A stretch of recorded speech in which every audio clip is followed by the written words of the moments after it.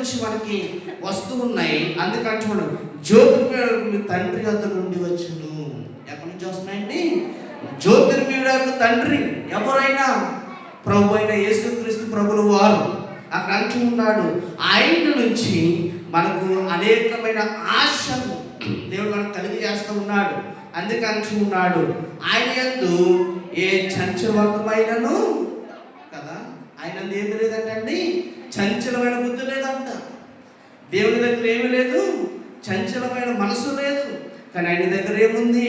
ఆయన తను సృష్టించిన వాటిలో మనము ప్రథమ ఫలముగా ఉండినట్లు దేవుని యొక్క వాక్యం తెలియజేస్తుంది. 18వ వచనం మనం చదువుకుంటే, ఆయన తను సృష్టించిన వాటిలో మనం ఎలా ఉండాలంటే ప్రథమ ఫలముగా ఉండినట్లు సత్య వాక్యము వలన మనము తన సంకల్ప ప్రకారము దేవుని స్తోత్రం చెప్తాము. హల్లెలూయా. ప్రియమైన దేవుని సంగమా, ఇక్కడ దేవుని యొక్క మాటలు ఏం తెలియజేస్తున్నాయంటే, ఆయన తను సృష్టించిన వాటిలో ఈరోజు చూడండి ఒకసారి, ఇక్కడ దేవుడు వాక్యం ఏం చెప్తుందంటే, ఆయన తను సృష్టించిన వాటిలో మనం ఎలా ఉండాలంట? ప్రథమ ఫలంగా ఉండాలి. ముందుగా నేను రావాలి, ముందుగా నేను కూర్చోవాలి. దేవుడి దగ్గర ప్రథమ స్థానాన్ని నాకు కావాలి అంటే మనం ఏం చేయాలి? మొట్టమొదటిగా దేవుడి సన్నిధికి రావాలి. దేవుడి సన్నిధికి వచ్చిన వెంటనే నేను మొదటి లైన్లో నేను కూర్చోవాలన్న ఆశ, ప్రథమ ఫలము, ప్రథమ స్థానం ఎవరికి ఉండాలి? మనం వెనకబడిపోయామనుకో మనం ప్రథమ ఫలం ఉండగలమా? ఉండలేము. మనకేముండాలి? ఆశ. ఈ ఆశ లేకపోతే ప్రియమైన దేవుని బిడ్డలారా ప్రథమ స్థానాన్ని మనము దక్కించుకోలేము. ఈరోజు చాలామంది అనుకోవచ్చు, మరి ప్రథమ స్థానం వాకిస్తున్నారు అనుకోవచ్చు, కానీ అది ఎవరు దేవుడే సృష్టించాడంట. అది అందుకంటూ ఉన్నాడు, ఆయన తను సృష్టించిన వాటిలో మనం ఎలా ఉండాలని దేవుడు కోరుకుంటున్నాడు? ప్రథమ ఫలముగా ఉండాలని కోరుకుంటున్నాడు దేవుడు. ఈరోజు చివరి ఫలముగా మనం ఉన్నామేమో, ఒకసారి గమనించండి. మనం ఇంకా వెనక ఫలముగా మనం ఉన్నామేమో. ఈరోజు దేవుని వాక్యం తెలియజేస్తూ ఉంది, నేను ప్రథమ ఫలంగా ఉండాలి ఈ రోజు నుంచి. అందుకంటున్నాడు, ప్రథమ ఫలంగా ఉండేటట్టు సత్యవాక్యం వలన మనలో మనమే సంకల్పాన్ని ప్రకారమే దేవుడు మనం కన్నాడు. సత్యవాక్య ప్రకారం అంటే దేవుని వాక్యం సత్యం అనేది కాబట్టి ఈరోజు సంకల్ప ప్రకారాన్ని బట్టి మనల్ని దేవుడు ఏర్పాటు చేసుకున్నాడు. ప్రియమైన దేవుని బిడ్డలారా, ఆదికాండ గ్రంథంలో ఒకసారి మనం విన్నట్లయితే 3వ అధ్యాయము 6వ వచనాన్ని ఒకసారి మనం చదువుకుందాం.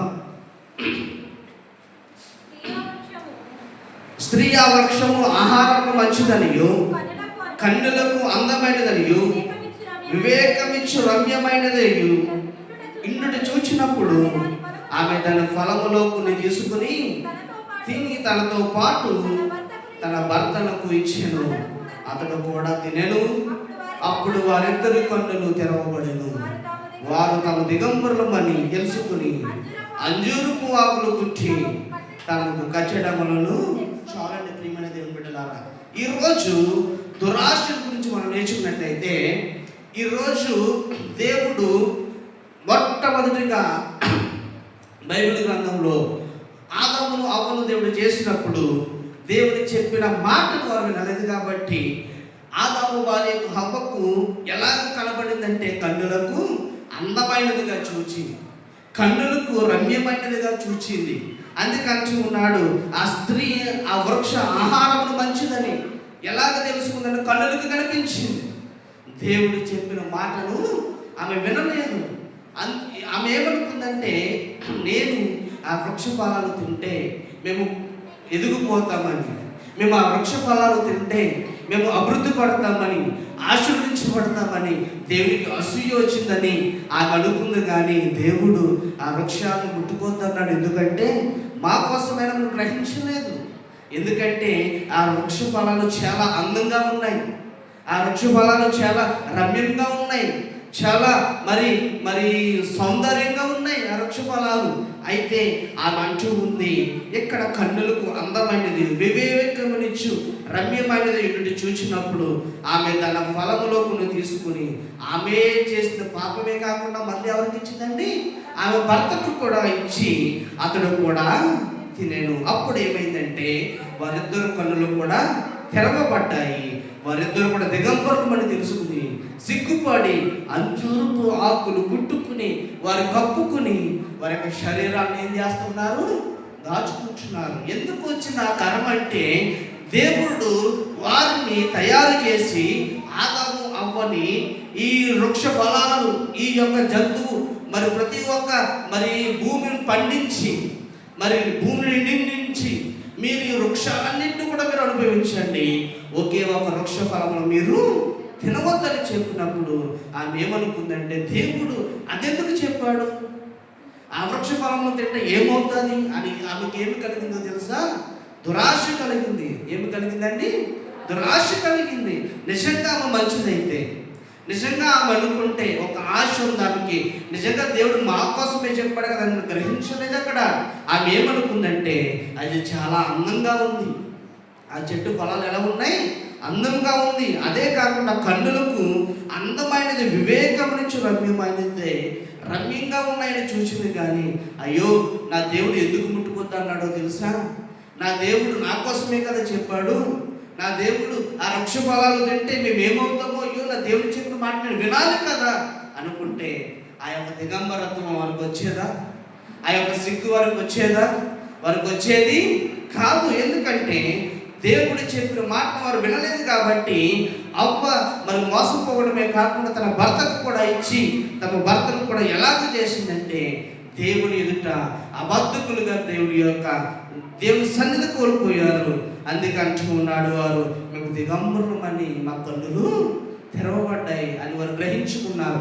ఎందుకంటే ప్రియమైన దేవుని బిడ్డలారా, ఈరోజు ఆదాముకి అవ్వకి దురాశ కలిగింది. అందుకే దేవుని ప్రేమను వారు పోగొట్టుకున్నారు. అక్కడ మనం చూస్తే ఒకసారి 8వ వచనము, చల్లపూటను ఆదామును అతని భార్యను తోటలో సంచరించుచున్న దేవుడైన యెహోవా సర్పమును విని దేవుడైన యెహోవా ఎదురుకు రాకుండా తోట చెట్ల మధ్యలో దాక్కునగా దేవుడైన యెహోవా ఆదామును పిలిచి నీవెక్కడ ఉన్నావు అని ఆయన అడిగినాను. అందుకు అతను నేను తోటలో నీ స్వరము వినినప్పుడు దిగంబరంగా ఉంటుంది కనుక భయపడి. ప్రియమైన దేవుని బిడ్డలారా, దేవుడు చెప్పిన మాట వినలేదు కాబట్టే కదా వారు దాక్కున్నారు. ఈరోజు నిజంగా దేవుని చెప్పిన మాట వింటే వారు చాలా ధైర్యంగా దేవుని ఎదురుకు వస్తారు. కానీ ఎందుకు దేవుడు వారు చూడలేకపోతున్నారంటే అక్కడ ఏమి చేశారు? వారు దురాశపడ్డారు, దేవుని ప్రేమను కోల్పోయారు. వారు దేవుడు చెప్పిన మాట వినలేదు కాబట్టి వారికి ఏమి కలిగిందో తెలుసు, ఈరోజు దిగంబరత్వం కలిగింది. వారికి భర్తలు లేకుండా సిగ్గు విడిచి వారి దేవుని చూడటానికి వారికి రమ్యమయంగా ఏమి కూడా అవకాశం లేదు. అందుకే వారు దాక్కుని దేవుడు వారు శపించినప్పుడు ఈరోజు ఒక మగవాడు ఈరోజు ఎంత కష్టపడి చెమటూర్చినప్పుడు ఆదామును దేవుడు శపించాడు. ఆ రోజు నీవు మరి బ్రతుకున్నంత కాలంలో కూడా ప్రయాసపడతావు, చెమటూర్చి పని చేస్తావు. ఈరోజు మగవారు ఏం చేస్తారండి కదా, వారు పనికి వెళ్ళినప్పుడు వారికి ఏం పడుతుంది? ఎంతో కష్టపడి చెమటూర్చి పని చేస్తున్నారు వారు. ఆనాడు ఆదాము కనుక దేవుని మాట వింటే ఈరోజు మగవారికి ఆ కష్టము రాదు. దేవుడు అలనాడు ఆదాము అక్కడ మాట వినలేదు కాబట్టి, కష్టపడ్డాడు కాబట్టి ఈరోజు కుటుంబంలో ప్రతి మగవారు కూడా కష్టపడవలసి వస్తుంది.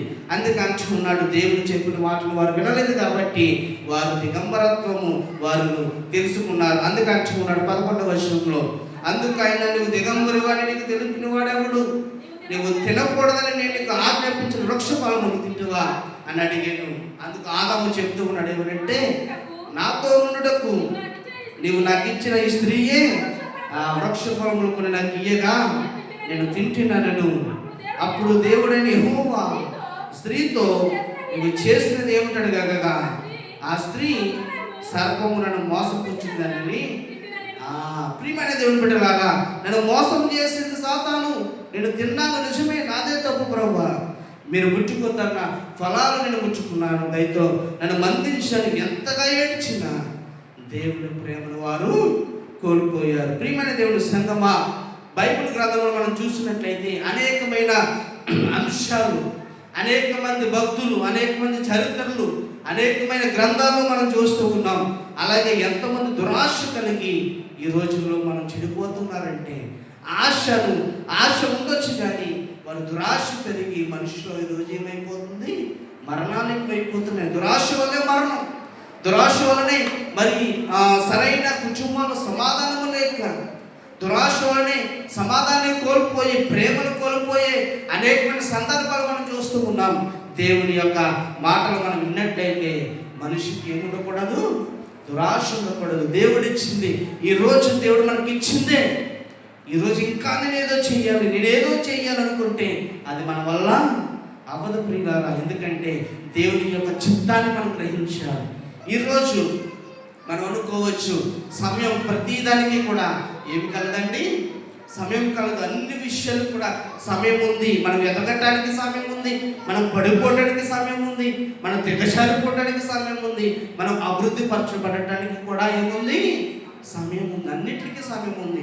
మనం ఎప్పుడు దిగజారిపోతామో తెలుసా? ఎప్పుడు దిగజారిపోతామండి?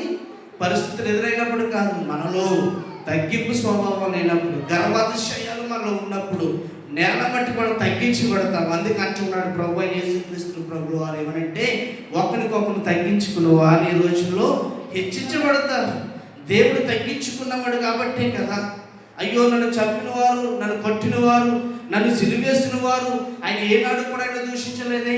ఆయన ఆ రోజు తగ్గించుకున్నాడు కాబట్టే కదా ఈరోజు దేవుని రాజ్యంలో ఆశ్రయుడుగా అనేక మందిని, ఈరోజు దేవుని లోకంలో అనేక మంది దేవుడి వైపు తిరగడానికి కారణం ఏంటంటే ఆయన తగ్గింపు స్వభావం, ఆయన యొక్క మాదిరి యొక్క జీవితం ఈరోజు మనకు ఒక గుణపాఠం. ప్రియమైన దేవుని బిడ్డలారా, ఆదికాండ గ్రంథంలో కూడా ఒక విషయం మనం చూస్తే అక్కడ యాషావును గురించి మనం ఒకసారి గమనించినట్లయితే, యాషావును కూడా మనం చూస్తే జ్యేష్ఠత్వాన్ని అమ్ముకున్నారు అక్కడ. ఎందుకంటే అక్కడ కూడా దురాశ. యాకోబు యాషావుని కన్నప్పుడు, యాకోబు యాషావు దేవుని దృష్టిలో ఎదుగుతున్నప్పుడు, యాకోబు మరి యాషావు అనుకున్నాడు, నేను నా యొక్క తల్లిదండ్రుల దగ్గర నా ప్రథమ స్థానాన్ని నేను ఎంచుకోవాలని మోసం చేశాడు. కానీ అక్కడ యాషావు ఏమనుకున్నాడో తెలుసా? తమ జ్యేష్ఠత్వాన్ని కోల్పోయాడు, తన యొక్క మరి ప్రేమను కోల్పోయాడు. ఎందుకో చూసా? ఎర్రని మరి శరీరాన్ని చూచి, ఎర్రని శరీరాన్ని ఆశపడిన యాషావు ఈరోజు జ్యేష్ఠత్వం పోయినప్పుడు అనుకున్నాడు, అయ్యో నేను నా తండ్రికి నేను ప్రథమ కుమారునిగా ఉండాలి, నేనే జ్యేష్ఠ పుత్రునిగా ఉండాలి, నేనే మొదట ఉండాలని గ్రహించుకున్నాడు. కానీ అయ్యో నా అన్న నేను మోసం చేస్తున్నానే అని గ్రహించలేదు అక్కడ. ప్రియమైన దేవుని బిడ్డలారా, ఈరోజు యాషావు జీవితంలో కూడా మనం చూసినట్లయితే వారు కూడా దురాశపడ్డారు. ఎందుకంటే ప్రియమైన దేవుని బిడ్డలారా, యెహోషువ గ్రంథము 7వ అధ్యాయం ఒకసారి మనం తెరిచినట్లయితే అక్కడ కూడా ఒక విషయాన్ని మనం గమనిద్దాం ఒకసారి. యెహోషువ గ్రంథము 7వ అధ్యాయము 21వ వచనాన్ని ఒకసారి మనం చూద్దాం.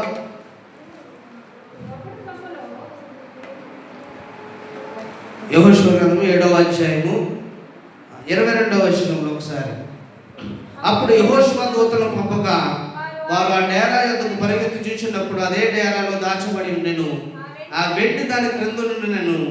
కాబట్టి వారు డేరా మధ్య నుండి వాటిని తీసుకుని యెహోషువ యొద్దకు ఇశ్రాయేలు యొద్దకును తెచ్చి యెహోవా సన్నిధిని ఉంచింది. మీరు ఆ గ్రంథాన్ని మరి ఒకసారి మీరు ఇంటికి వెళ్ళాక మీరు చదివినట్లయితే అక్కడ వెండి బంగారం చూచి ఆశపడ్డాడు ఆకాను.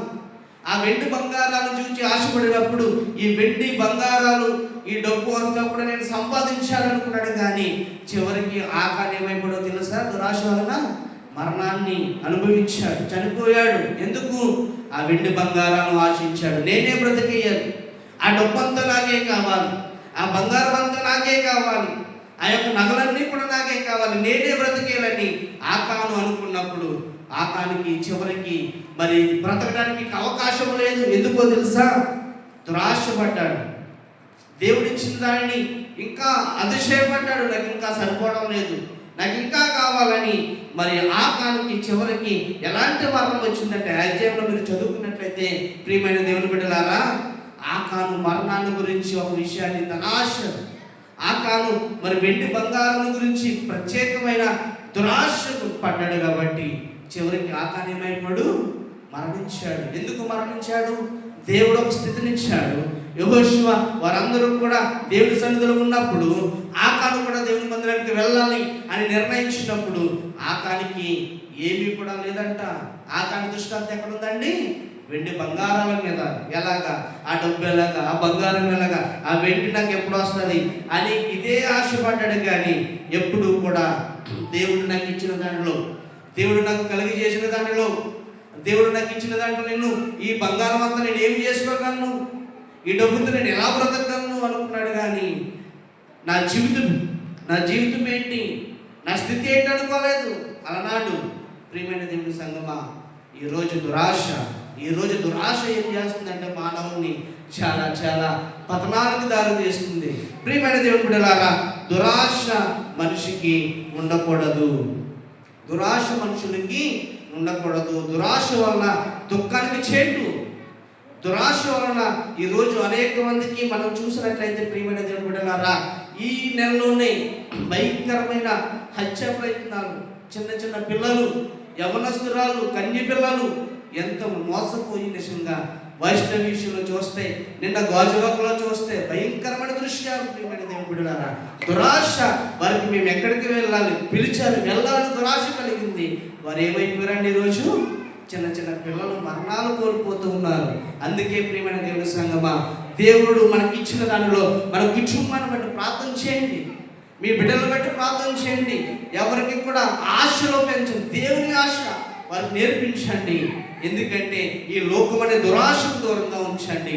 ప్రియమైన దేవుని సంగమా, చాలా మంది అర్థం చేసుకోవాలి, అయ్యో మా తల్లిదండ్రులు మాకు ఎందుకు బంగారం కొంటలేదు, మా తల్లిదండ్రులు అడిగిన వెంటనే వాహనాలు ఎందుకు కొంటలేదు, మా తల్లిదండ్రులు అడిగిన వెంటనే మాకెందుకు మొబైల్ ఫోన్స్ కొట్టలేదు తెలుసా అని వారు గ్రహించుకున్నట్లయితే, అయ్యో వారికి ఒక రోజు వస్తుంది, నిజమే కదా, నా కోసమే మేము ఏమైపోతామో, ఇప్పుడే ఈ చిన్న వయసులో మాకు బండి వస్తే మేము ఏ స్పీడ్గా వెళ్ళి మేము ప్రాణాలు కోల్పోతామో మా తల్లిదండ్రులకే కదా బాధ అని వారు గ్రహించే విధంగా మనం నేర్పాలి. అయ్యో ఈ వయసులో నిజంగా ఈ వెండి బంగారాలు వేసుకుని మేము వెళ్తే మేము మా అమ్మను విసిగించాం, మా నాన్న విసిగించాం, అమ్మ నాకు చైన్ కొనన్నాం. కానీ మా యొక్క చైన్ బంగారాలు స్కూల్కి వెళ్ళినప్పుడు దొబ్బేసినప్పుడు లక్షలు పోతాయి. ఈరోజు అయ్యో ఆ రోజు మా అమ్మ తిట్టింది, నీకు వద్దన్నాను కదా, ఈరోజు నీకు ఎందుకు వేసుకున్నావు అన్న గ్రహింపు ఎవరిలో ఉండాలో తెలుసా? ప్రియమైన దేవుని సంగమా, దేవుని దృష్టిలో దేవుని యొక్క యాజకులు ఎదుగుతున్న మనలో నేర్పించే విధంగా వారికి చెప్పండి, తయారు చేయండి, చెప్పండి. దురాశ దుఃఖానికి చేయండి. ఈరోజు దురాశ వల్లనే పాపం వలన మరణం ఈరోజు మనకు సంభవిస్తూ ఉంది. దురాశ వల్ల అనేక మంది ఈరోజు మరణిస్తున్నారని మనం చూసాం. అందుకే 2వ రాజుల గ్రంథం ఒకసారి మనం తెరిచినట్లయితే దేవుని యొక్క మాటలు కూడా ఇక్కడ ఒకసారి మనం చూసుకోవచ్చు. 2వ రాజుల గ్రంథము 5వ అధ్యాయము 26వ వచనాన్ని ఒకసారి మనం చదివినట్లయితే అందరూ కూడా ఒకసారి మనం తెరుద్దాం. 25వ వచనం నుంచి ఒకసారి మనం చూద్దాం.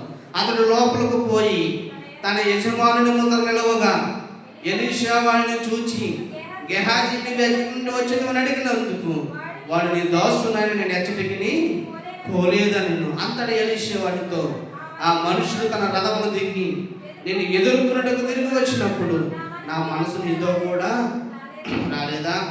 ద్రవ్యమును, వస్త్రమును, ఒలివ చెట్లు, తోటలను, ద్రాక్ష తోటలను, గొర్రెలను, ఎడ్లను, దాస్తులను సంపాదించుకున్నట్టు ఇది నీకు సమయమా? కాబట్టి నయమానునకు కలిగిన కుష్టి నీకును నీ సంతతికి సర్వకాలము అంటి ఇండును అని చెప్పగా వాడు మనిషి వారి తెల్లనైన కుష్టి కలిగి ఎలీషా ఎదుటి నుండి దేవుని స్తోత్రం చెప్పండి అందరూ హల్లెలూయా. ప్రియమైన దేవుని బిడ్డలారా, గెహాజీ అనే ఒక శిష్యుడు ఉన్నాడు. ఆయన ఎలీషా దగ్గర పని చేస్తున్నాడు. గెహాజీ ఎలీషా ఒక భక్తుడు, ఎలీషా ఒక నాయకుడు. ఎలీషా ఎవరండి? ఒక నాయకుడు, ఒక సేవకుడు, ఒక దైవజనుడి దగ్గర ఆయన పని చేస్తూ ఉన్నప్పుడు గెహాజీకి ఏమి కలిగిందంటే భయంకరమైన ధనాశ కలిగింది. ఏం కలిగింది? భయంకరమైన ధనాశ కలిగింది. ధనాశ ఉండొచ్చు, కానీ ఆ గెహాజీ ఏం చేశాడంటే గొర్రెలు, ఎడ్లు, ఒంటెలు, బంగారాలు, నగలు, అలాగే సర్వం కోట్ల ఆస్తిని, ధనాశను మరి సంపాదించుకున్నాడు. కానీ చివరికి ఎలీషా గారు అంటూ ఉన్నారు గెహాజీని, అక్కడ అడగడు. ఒకసారి మనం చూస్తే, కాబట్టి నయమానుకు కలిగిన కుష్టి నీకును నీ సంతతికి సర్వకాలము కదండి. చాలా భయంకరమైంది. ఏంటి? ఎలీషా గారు అంటూ ఉన్నారు గెహాజీని, నయమానుకు కలిగిన కుష్టి నీకు, నీ కుటుంబానికి నీ సంతతికిని ఎప్పుడు వరకు ఉంటును, సర్వకాలం నువ్వు బ్రతికినంత కాలము కూడా నువ్వు కుష్టితో బాధపడతావని ఎలీషా గారు అన్నప్పుడు గెహాజీ ఏమి కోల్పోయాడో తెలుసా? నమ్మకత్వాన్ని కోల్పోయాడు గెహాజీ ఏమి కోల్పోయాడో తెలుసు? ఈరోజు దేవుని ప్రేమను కోల్పోయాడు. ఎందుకంటే దేవుని సంఘంలో, దేవుని దృష్టిలో మరి ప్రథమ పౌరుడుగా ఉన్నాడు. ఒకనాటి దగ్గర ఎలీషా దగ్గర మంచి నాయకుడిగా ఎదిగాడు, గొప్ప శిష్యుడిగా ఎదిగాడు. దేవుని సంఘములో, దేవుని యొక్క సంఘములో ప్రథమ పౌరుడిగా ఎదిగాడు. కానీ చివరికి గెహాజీకి ఏ ఆశ కలిగిందండి? ధనాశ కలిగింది. ధనాశ వలన ఏమి సంపాదించుకున్నాడు? చివరికి కుష్ఠరోగం సంపాదించుకున్నాడు మనిషికి.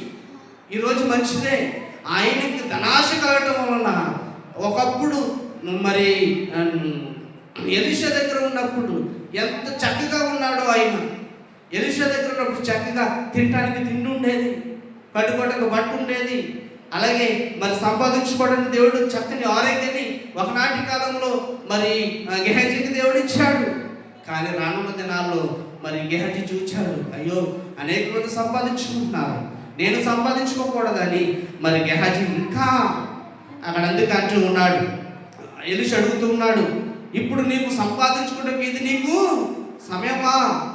ఇదే నీకు సమయమా కదండి? ఎలీషా ఏమని అడుగుతున్నాడు, ఈ సమయం నీకు ఇప్పుడే వచ్చిందా? ఇంకా ముందు ముందు నీవు సంపాదించుకోవచ్చు కదా, ఇప్పుడే నీకు సమయం వచ్చిందా అన్నప్పుడు అప్పుడు వెంటనే ఎలీషా అంటున్నారు, నయమానుకు కలిగిన కుష్టి నీకును నీ సంతతికిని సర్వకాలము కూడా నీకు అంటి ఉండును కదా. సర్వకాలము కూడా గెహాజీ ధనాశ వలన దేవుని ప్రేమను కోల్పోవడమే కాకుండా మరి శిష్యుడిగా ఉన్న నాయకత్వాన్ని కూడా కోల్పోయాడు ఎలీషా దగ్గర. ఎందుకో తెలుసా? ధనాన్ని ప్రేమించాడు కాబట్టి, ధనాశను ఆశపడ్డాడు కాబట్టి చివరికి కుష్ఠరోగాన్ని సంపాదించుకున్నాడు. కానీ ఏమీ కూడా సంపాదించుకోలేకపోయాడు. ప్రియమైన దేవుని బిడ్డలారా, ఈ లోకంలో మనం బ్రతికినంత కాలము దేవుని దృష్టిలో మన నమ్మకత్వాన్ని, దేవుని విశ్వాసాన్ని మనం ధరించుకుంటే దేవుడు ఏ సమయాన్ని ఏది ఇవ్వాలో ఆయనకు తెలుసు. దేవుని దృష్టిలో దేవుడు ఏది ఎవరికి దయచేయాలో ఆయనకు తెలుసు. దేవుడు ఏ సమయంలో ఏది కలుగజేయాలో ఆయనకు తెలుసు. ఎందుకంటే మనము దేవుని చేతిలో ఉన్నాము. ఈరోజు మనము ఏ విషయాల్లో ఆర్థిక బాధల్లో దేవునితో ఇబ్బంది పడుతున్నామేమో, ఒక సంవత్సరం తర్వాత దేవుడు ఇంకా 2వ సంవత్సరంలో మనకు రెట్టింపు ఇవ్వచ్చు. కానీ ధనాశ వలన చాలామంది ఈరోజు భయంకరంగా మరి తయారయ్యారు. కాబట్టి ఈరోజు గెహాజీ కుష్ఠరోగాన్ని సంపాదించుకున్నాడు. ఆ యొక్క ధనాశ వలన ఎన్నో చెడ్డ పనులు చేశాడంటే ప్రియమైన దేవుని బిడ్డలారా, గెహాజీ చాలా చెడు పనులు చేసి దేవుని యొక్క ప్రేమను నిరాకరంగా కోల్పోయాడు. ఈరోజు చివరికి కుష్ఠరోగం అంటించుకున్నాడు. ఆయనకు మాత్రమే కాకుండా ఆయన పిల్లలకు కూడా ఆ కుష్టిని అంటించాడు. ఇది చాలా శాపం ప్రియమైన దేవుని బిడ్డలారా. ఎందుకంటే దేవుని యొక్క మాటలు తెలియజేస్తూ ఉంది. యాకోబు రాసిన పత్రికలో ఇందాక మనం చదువుకున్నాం కదా, పాపము దురాశ దేనికంటే దురాశను కనగా అదే దురాశ చివరికి మరణమును కన్ను. ఆ దురాశ వల్ల ఏమవుతుందండి? మరణాన్ని కంటుందంట చివరికి. దురాశ ఈరోజు చాలా మందికి దుఃఖాన్ని తీసుకొస్తుంది. ఏం తీసుకొస్తుంది? దురాశ చాలా మందికి దుఃఖాన్ని తీసుకొస్తుంది. ఈరోజు చాలా మంది మరి కొంతమంది తల్లిదండ్రులు ఒక బిడ్డలు ఏదైనా తీసుకొచ్చారనుకో, మరి వారు ఏం చేయాలి? నువ్వు ఎక్కడి నుంచి తెచ్చావు, నీకు ఎక్కడి నుంచి వచ్చింది, తెలియక తేవచ్చు స్కూల్ నుంచి చిన్నపిల్లలు, ఇది ఎక్కడి నుంచి వచ్చిందని ఖండించినప్పుడే వాడికి ఏం పుడుతుంది? భయం పుడుతుంది. అయ్యో నువ్వు తెస్తున్నా కదా, ఇంకా తే అని వాడు నేర్పించేవాడు వాడు ఏమవుతాడు? దొంగవాడైపోతాడు కదా. ఈ రోజున్న దురాశ రేపొద్దునికి వాడి దుఃఖానికి, వాడి యొక్క మరణానికి కూడా దారితీసే రోజులు ఈ రోజుల్లో మనం చూస్తూ ఉన్నాం ప్రియమైన దేవుని బిడ్డలారా. అందుకే అంటున్నాడు, దురాశ మరణాన్ని కనులనుంది.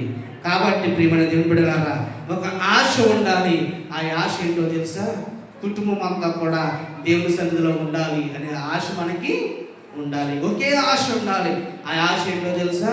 నేను, నా ఇల్లు, నా కుటుంబము నా యెహోషువ సన్నిధిలో, యెహోషువ వలె నా కుటుంబం అంతా కూడా ఎక్కడ ఉండాలి? దేవుని సన్నిధిలో ఉండాలి. దేవుని సన్నిధిలో ఉంటే సంపూర్ణమైన ఆనందం మనకు దొరుకుతుంది. దేవుని సన్నిధిలో మనం ఉంటే భయంకరమైన ఈ నిత్య నరకాగ్ని నుంచి మనం తప్పించబడతాం. దేవుని సన్నిధిలో సంపూర్ణమైన సుఖ సంతోషాలు, ఆనందాలు, సమాధానము ఆయన అనుగ్రహించే దేవుడు. కాబట్టి ప్రియమైన దేవుని సంగమా, దేవుని చేతిలో మనం ఉన్నాం, దేవుని చేతిలో మనం ఉన్నాం, దేవుని యొక్క హస్తాలో మనం ఉన్నాం. ఈ ఎండవేళల్లో, ఈ యొక్క మరి ఎండ దినాల్లో దేవుని యొక్క కన్ను దృష్టి మన మీద ఉండాలి అంటే మనకేముండాలి? ఒక ఆశ ఉండాలి.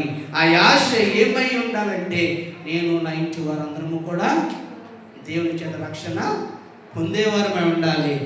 దేవుని సన్నిధిలో మేమందరము కూడా ఉండాలి. ప్రియమైన దేవుని బిడ్డలారా, దేవుడు ఈ నేర్పించిన ఈ అంశ భాగాన్ని బట్టి, ఈ ఆశను బట్టి, దురాశను బట్టి మనం నేర్చుకున్నాం. చూసారా, ఇక నుంచి అయినా అనేక మంది కొరకు ప్రార్థన చేద్దాం. దేవుని యొక్క కనుదృష్టి అనేక మంది మీద సంచరించలాగిన మనమందరం కూడా ప్రార్థన చేద్దాం. ఈ ఎండవేళల్లో అనేక మంది దూర ప్రాంతాల నుంచి వస్తున్న జనుల మీద దేవుని కనికరం ఉండాలని, ఎవరు కూడా ఎటువంటి అనారోగ్యాలు పోలకుండా, స్కూల్స్ మరి గడిచిన వెంటనే అనేక మంది ఎక్కడెక్కడికో గ్రామాలకి, ఊర్లకి వెళ్తారు. దేవుడు మన గ్రామస్తులందరినీ కూడా క్షేమంగా, సుఖంగా దేవుడు ఉంచాలి అంటే మనం ఏం చేయాలండి? ఏం చేయాలి? మనము ఎక్కడికి వెళ్ళిన అనుదినము మనము ఏం చేయాలి? ప్రార్థన చేయాలి. ఎవరి కోసం? మన గ్రామస్తుల కోసం, మన ఇరుగు పొరుగు వారి కోసం, మన సంఘముల వారి కోసం, మన బంధువుల కోసం. ఎక్కడ ఉన్నా దేవా క్షేమంగా ఉంచేవారని, సకాలంలో మా మధ్యకు తీసుకున్నారని వారి కోసం మీరు ప్రార్థించినట్లయితే మీకోసం ఎవరు ప్రార్థన చేస్తారు? వారు ప్రార్థన చేస్తారు కదా. అందుకే దేవుడు మరి కృపా కనికరాలు మన మీద ఉండాలి, దేవుని హస్తాలు మన మీద ఉండాలంటే మనం ప్రార్థన పూర్వకంగా మనము సిద్ధపడాలి. ఎండవేళల్లో ఉదయం 4 గంటలకు నేను బయలుదేరుతున్నాను. మా కోసం కూడా మీరు ఎక్కువగా ఏం చేయాలి? ప్రార్థన చేయాలి కదా. ఉదయం 4 గంటలకు బయలుదేరితే 7:30కి నేను ఈరోజు మరి వచ్చాను అంటే, ఎండ వేళల్లో దేవుడి కాపుదల లేకపోతే మనం ఈ లోకంలో ఏమి చేసినా వ్యర్థమే. ఒకసారి మనం అందరము లేచి నిలబడి ప్రార్థన చేసుకుని కార్యక్రమాన్ని ముగించుకుందాం. అందరం కూడా లేచి నిలబడదాం. మరి దురాశ వలన, దుఃఖం వలన ఈ రోజుల్లో అనేక మంది సంచరించిపోతూ ఉన్నారు. ఈరోజు దురాశ వలన అనేక మంది పతనమైపోతున్న విషయాలు మనం చూస్తూ ఉన్నాం. దేవా, వారందరినీ కూడా కనికరించని ఒకసారి మనం ప్రార్థన చేద్దామా? దేవుని దృష్టిలో ఒకసారి మనం ప్రార్థన చేద్దాం. ఒకసారి కళ్ళు మూయండి, తలలు వంచండి. ఒకసారి దేవా, ఈరోజు నిజమే కదా, అనేక మంది ఏమైపోతున్నారంటే దురాశ వల్లే కదా ఈరోజు దేవునికి దూరం అయిపోతున్నారు. దురాశ వల్లే కదా ఈరోజు అనేక మంది దేవుల్లో దూరం అయిపోతున్నారు. దయచేసి వారందరినీ కూడా నైనా కనికరించయ్యా, వారందరినీ కూడా కృప చూపించయ్యా. ఒకసారి మీరు ప్రార్థన చేసినట్లయితే అందరం కూడా ఒకసారి మీరు ప్రార్థన చేయండి. ఒకసారి దేవా, ఈరోజునైనా మీరు మా కోసమే కదా ప్రభా, మీరు మా కోసమే కదా నైనా ఈ లోకానికి వచ్చారు. ఈ లోకంలో ప్రతి కూడా ఆశలని గతించిపోతాయి, కానీ దేవుని చిత్తం ఎప్పుడు కూడా నైనా అలాగే ఉంటుందయ్యా. ఎందుకంటే ఈ లోకంలోనైనా ప్రతిదీ కూడా గతించిపోతుంది, కానీ దేవుని చిత్తం ఎప్పుడు కూడా ఒకే రకంగా ఉంటుంది. అదే నా దేవుని యొక్క ఆశ, అదే నా దేవుని యొక్క ప్రేరేపణ. అందరం కూడా ప్రార్థన చేద్దాం. దేవా, నీకు స్తోత్రాలు, దేవా నీకు వందనాలు. ఎందుకంటే నీవు లేకపోతే ఈ లోకంలో నేను బ్రతకలేను, నీవు లేకపోతే ఈ లోకంలో నేను ఏమీ చేయలేనయ్యా. ఆయన ఒక ఆశ ఉంది. ఆ ఆశ ఏంటో తెలుసా? నేను, నా ఇల్లు, నా కుటుంబం అందరము కూడా దేవుని సన్నిధిలో ఉండాలయ్యా. మీకు వందనాలు. అందరము కూడా వచ్చిన పాట చప్పలు కొడుతూ దేవుని మనసారా అనుదినము ప్రభుని స్తుతించెదము, అనుక్షణము ప్రభుని అనంత ప్రేమము, అనుదినము ప్రభుని స్తుతించెదము, అనుక్షణము ప్రభుని అనంత ప్రేమను. అల్లుకుపోయేది ఆత్మధారనిది, అలుపెరుగనిది ప్రభు ప్రేమ. అల్లుకుపోయేది ఆత్మధారనిది, అలుపెరుగనిది ప్రభు ప్రేమ. అనుదినము ప్రభు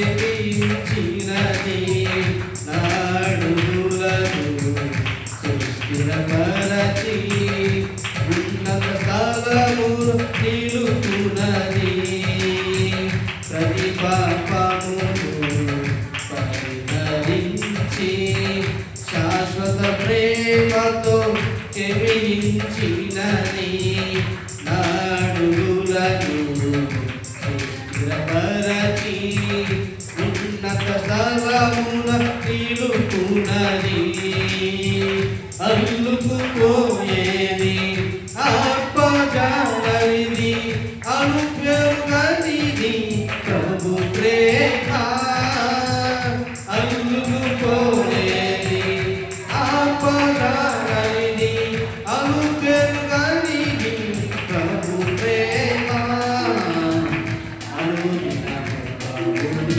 స్తుతించెదము అనుదినము ప్రభుని అనంత ప్రేమను అనుదినము ప్రభుని స్తుతించెదము అనుదినము ప్రభుని అందరూ అల్లుకుపోయేది ఆత్మజాలిది అనుపెరుగనిది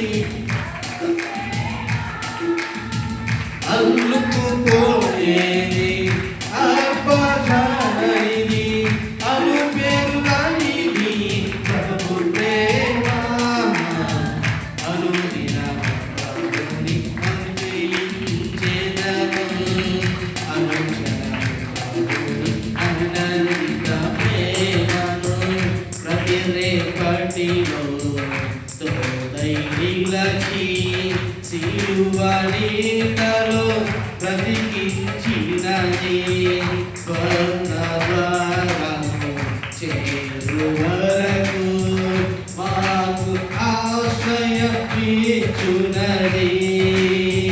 ప్రతి రేపటిలో తోడై నిలచి సిలువ నీడలో బ్రతికించినది స్వర్ణద్వారము చేరు వరకు మాకు ఆశ్రయమిచ్చునది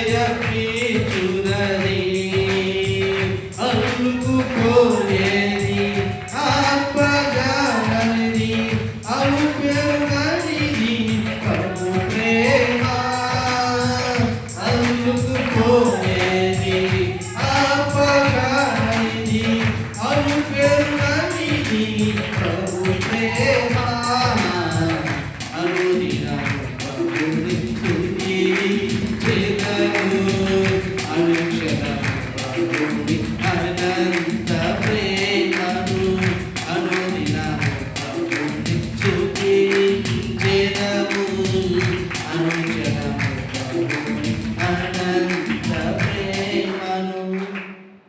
పరిశుద్ధులకు మీకు వందనాలు. ప్రేమగల తండ్రి, అనుదినము కూడా ప్రభువుని స్తుతించేవారుగా మా సంఘాన్ని, సంఘ నాయకుల్ని, సంఘ బిడ్డలందరినీ కూడా మీరు తయారు చేయండి ప్రభా. మీ స్తోత్రాలు అయ్యా. 7,000 దినాల్లో ప్రభు అనేక మంది బిడ్డలు దూర ప్రాంతాల నుంచి నేను దేవుని సన్నిధికి వస్తున్న ప్రతి ఒక్కరిని కూడా మీరు దీవించండి, ఆశీర్వదించండి. బిడ్డల కొరకు ప్రార్థించారు, మంచి విజయాలు మీరు కలుగు చేశారు.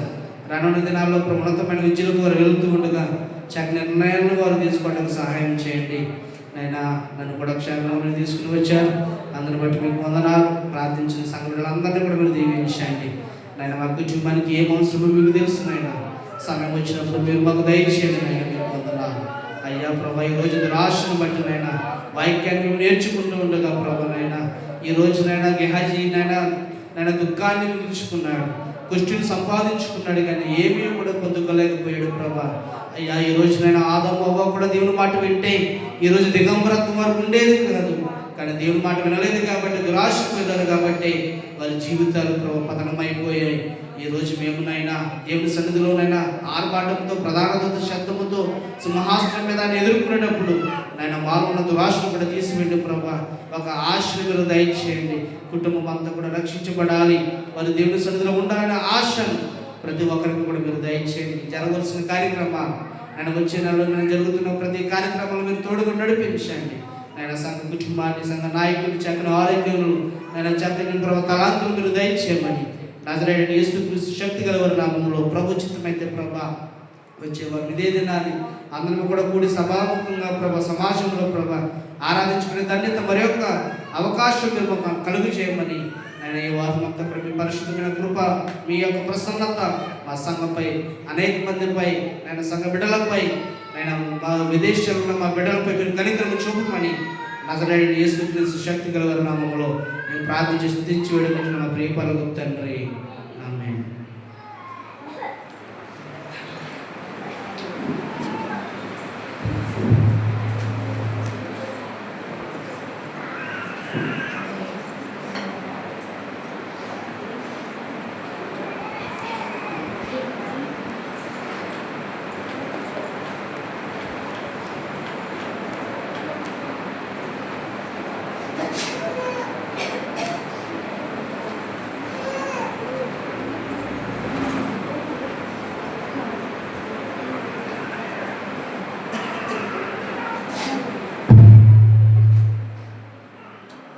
ప్రభునందు ప్రియమైన దేవుని బిడ్డలారా, పూర్వజు మీ అందరికీ నా హృదయపూర్వక వందనాలు.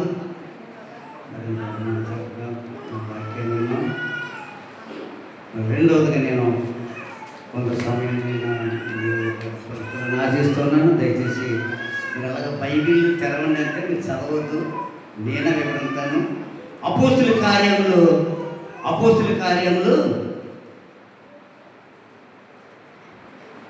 9వ అధ్యాయము మొదటి కొన్ని మాటలు మనం చదువుకుందాం. చూడండి. సౌలు ఇంకను ప్రభు యొక్క శిష్యులను బెదిరించుటయు హత్య చేయుటను తనకు ప్రాణదానమైనట్లు ప్రధాన యాజకుల యొద్దకు వెళ్ళి ఈ మార్గమందున్న పురుషులనైనను స్త్రీలనైనను కొనుగొని ఎడల వారిని బంధించి యెరూషలేములోకి తీసుకొని వచ్చుటకు దమస్కులోని సమాజంలో వారికి ఆ ప్రతిభలని చూడండి. ఇక్కడ సౌలు గారు ఒక వ్యక్తి మనకి కనబడతా ఉన్నాడు. సౌలు అంటే చాలా భయంకరమైన వ్యక్తి అన్నమాట. ఈ సౌలు లాంటి వాళ్ళు మన దేశంలో ఉన్నారా? ఎవరైనా ఉన్నారండి? ఉన్నారా? అందులో ఒక నేను అనుకోకపోవచ్చు. సౌలు లాంటి వాడిని నేను మొట్టమొదటిగా నేను అనుకుంటున్నా. దేవునికి స్తోత్రం. మరి ఇప్పుడు ఒక డాక్టర్ ఉన్నాడు. డాక్టర్ ఎవరికి వైద్యం చేస్తాడు? రోగులకి వైద్యం చేస్తాడు. అలాగే ఇప్పుడు యేసు ప్రభు గారు ఎవరిని పట్టుకుంటూ ఉన్నాడు? ఈ దినాన్ని భయంకరమైన దుష్టులను పట్టుకుంటున్నాడు. దేవుని బిడ్డలు పట్టుకోగలదు దేవుడు. ఎవరిని పట్టుకున్నాడు ఈ దినాన్ని? సౌలు గారు భయంకరమైన స్థితి, భయంకరమైన దేవుని హింసించి, ప్రజలని హింసించి, అనేకమైన వ్యభిచారాలు, అనేకమైన ఆ మందిరంలోకి వెళ్ళి వాళ్ళు ఈడ్చికి వెళుతూ భయంకరమైన చిత్రహింసను పెట్టాడు. ఎవరండి? సౌలు గారు. అయితే సౌలు గారు ఒక ప్రయాణం చేస్తా ఉన్నాడు. ఎక్కడ ప్రయాణం చేస్తా ఉన్నాడు చూడండి. ఇక్కడ 3వ చూస్తున్నా. అతడు ప్రయాణం చేయుతూ దమస్కు దగ్గరికి వచ్చినప్పుడు అసలు అతనికి ఏమొచ్చిందంటే ఆకాశం నుండి ఒక వెలుగు కనబడ్డదంట. దేవునికి స్తోత్రం. ఏం కనబడ్డదండి? ఒక వెలుగు కనబడ్డది. ఎవరికి? సౌలు గారికి. చూడండి, ఇక్కడ చాలా జాగ్రత్తగా మీరు వినండి ఈ మాటలు. ఆ వెలుగు కనబడేటట్టు ఆమె చూడండి. ఇక్కడ ఆ వెలుగు అతని చుట్టూ ప్రకాశించెను. అప్పుడు అతడు నేలను పడి, సౌలా సౌలా నీవేళ నన్ను హింసించుచున్నావని దేవుడు అంటూ ఉన్నాడు. ఎవరిని? సౌలుతో అంటూ ఉన్నాడు. సౌలా సౌలా నన్ను ఎంత బాధలు పెట్టాను, ఎంతవరకు నన్ను ఎంతవరకు నేను హింసించుచున్నావని సౌలుకి ఒక దర్శనము కలిగింది. ప్రియా దేని పెట్టారా చూడండి. అప్పుడు అతను ఏమన్నాడు చూడండి. ఇక్కడ అన్నాడు, ప్రభువా నువ్వు ఎవరు అని అతను అడిగాక ఆయన, నేను నీవు హింసించుతున్నా యేసును. చూసారండి, దేవుణ్ణి ఇప్పుడు వరకు హింసించుతున్నా ఎవరో సౌలు, లేచి పట్టణంలోనికి వెళ్ళుము, అక్కడ నీవు ఏమి చేయదు అది నీకు తెలియబడినని చెప్పెను. అతనితో ప్రమాణం చేసిన మనుషులు ఆ స్వరము విని కానీ ఎవరిని చూడక ఆ మౌనులై నిలువబడిన సౌలు నేల మీద నుండి లేచి కన్నులు తెరిచినాను ఏమీ చూడలేకపోయాను కనుక వరదను చెయ్యి పట్టుకొని దమస్కులోనికి నడిపించింది. అతడు 3 దినములు చూపులేక అన్నపానములు లేవి పుచ్చుకున్నప్పుడు దేవునికి స్తోత్రం. చూసారండి, ఇక్కడ సౌలు గారి పట్ల ఎంత భయంకరమైన స్థితిలో నుండి దేవుడు ఎలాగా ఒక కళ ద్వారాగా దేవుడు మార్చేసాడండి. దేని వెళ్ళారు, ఎందుకంటే ఇక్కడ దమస్కు మార్గంలో ఒక గొప్ప అద్భుతం కూడా జరిగింది. ఎక్కడండి, సౌలు గారు గుర్రం మీద ప్రయాణం చేస్తూ ఉన్నాడు. ఆ ఎండ వేళలో ప్రయాణం చేస్తూ ఉన్నాడు. అక్కడ ఆ ప్రయాణం చేసినప్పటికి దేవుడు ఒక వెలుగును పంపించాడు. అక్కడికి ఆ వెలుగు కదండి అదే పెట్టలేరా. అదే రీతిలో మరి దేవుడు ఈయనని ఎలా పట్టుకున్నాడు, అక్కడ సౌలా నీ వేళ నన్ను హింసించుతున్నాను స్వరము విన్నాడు. అక్కడ దేవుడికి స్తోత్రం. అదే పెట్టలేరా, దేవుడు ఎవరు మార్చుకోడండి, దుర్మార్గులను దుష్టులను మార్చగల మన దేవుడి మనకి ఈ వాక్యం ద్వారా తెలియపరుస్తూ ఉన్నాడు. దేవుని బిడ్డలారా, చూసుకుంటే మనం ఇంకా చూసుకుంటే చూడండి అనేకమైన రీతుల్లో మనకి ఇక్కడ కనబడతా ఉంటాయి. చూడండి, అది 9వ అధ్యాయం 8వ వచనంలో మాటలు చూడండి, 15వ వచనం చూడండి. 15 నువ్వు వెళ్ళుము, 9:15 చూడండి. నీవు వెళ్ళుము అన్యజనుల ఎదుటను రాజుల ఎదుటను ఇశ్రాయేలీయుల ఎదుటను నా నామమును భరించుటకు అతడు నేను ఏర్పరచుకున్న సాధనమై ఉన్నాడు. ఇతడు నా నామము కొరకు ఎన్ని శ్రమలను అనుభవింపవలను నేను అతనికి ఆ చూపుదినని అతనికి చెప్పను. అననీయ వెళ్ళి ఆ ఎంట ప్రవేశించి అతని మీద చేతులుంచి, సౌలా సహోదరుడా, నీవు వచ్చిన మార్గంలో నీకు కనబడిన ప్రభువైన యేసు నీవు దృష్టి పొంది పరిశుద్ధాత్మతో నింపబడినట్లు నన్ను పంపి ఉన్నాడని చెప్పాను. అప్పుడే అతని కన్నుల నుండి పొరల వంటివి రాలగా దృష్టి కలిగి లేచి బాప్తిసము పొందెను. ఆ తరువాత ఆహారము పుచ్చుకొని బలపడిన దేవుడికి స్తోత్రం. దేని బిడ్డలారా, ఇక్కడ దేవుడు ఎవరిని ఏర్పాటు చేశాడు? ఇక్కడ సౌలు గారి కోసం అననీయ నువ్వు వెళ్ళి ఆయన ఆ ఇంట ప్రవేశించి అతని మీద చేతులిచ్చి, సౌల సహోదరుడు నీవు వచ్చిన మార్గంలో నీకు కనబడిన ప్రభువు అయిన యేసు నీవు దృష్టి పొంది పరిశుద్ధాత్మతో నింపబడినట్లు నన్ను పంపి ఉన్నాడు. దేవునికి స్తోత్రం. చూసారండి, సౌలు గారిని భయంకరమైన స్థితిలో ఉన్నప్పుడు, అనేకమైన ఇబ్బందులు కలిగినప్పుడు కూడా మరి దేవుడు ఆ యొక్క బిడ్డను విడిచిపెట్టలేదండి. దేవునికి స్తోత్రం. అందుకనే దేవుడు ఎవరికి కావాలంటే దుష్టుల్ని దుర్మార్గుల్ని మార్చగల దేవుని అన్నమాట కదండి. అందుకని అంటున్నాడు కదా, మరి దేవుడు ఈ దినాన్ని అటువంటి వాళ్ళ కోసం ఆయన వెతుకుతూ ఉన్నాడు. సౌలు గారిని వెతుకాడు, సౌలు గారు దొరకబడిన దినాన్ని చూసారండి. ఆయనకి కలిగిన ఎన్నో పాప జీవితాల నుంచి దినాన్ని సౌలు గారికి ఏం కలిగింది? విడుదల కలిగింది. ఏం కలిగిందండి? విముక్తి కలిగింది. ప్రియా దేవుడి ద్వారా అట్టి రీతిలో మన దేవుడు కూడా మనం కూడా అలాగ బలపరచడానికి దేవుడు సిద్ధంగా ఉన్నాడు. ప్రియా దేవుడి ద్వారా చూడండి, ఇక్కడ చూసుకుంటే గలతీయులకు రాసిన